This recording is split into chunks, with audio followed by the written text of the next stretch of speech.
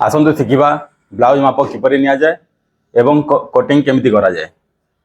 तो जो माने Prabhulal tailoring Odia YouTube channel को नुआ नुआ आछंती से माने चैनल को सब्सक्राइब कर दियंतु, वीडियो को शेयर करंतु आउ वीडियो को एंड जाए देखंतु। मु केमिति बताउची केमिति माप नबा केमिति कटिंग करिबा सब किछि बतेइबी, स्टेप बाय स्टेप सब किछि शिखिबा। तो चलंतु आमे शिखिबा ब्लाउज किपरि माप निया जाए आउ कटिंग केमिति करा जाए। प्रथमे आमे माप नबा अंटार देखि पारुथिबे एमिति पकई देबे, अंटा माप नहीं जिवे।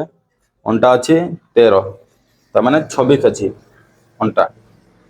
तापर चेस्ट माप नेबे 34 अच्छी। तापर आमे मापी नबा देहर लंबा केते अच्छी 13 अच्छी। तापर मापी नबा हाथ लंबा अच्छी 8.5। आउ हाथर गोलेई केते अच्छी मापी नबा 10 अच्छी।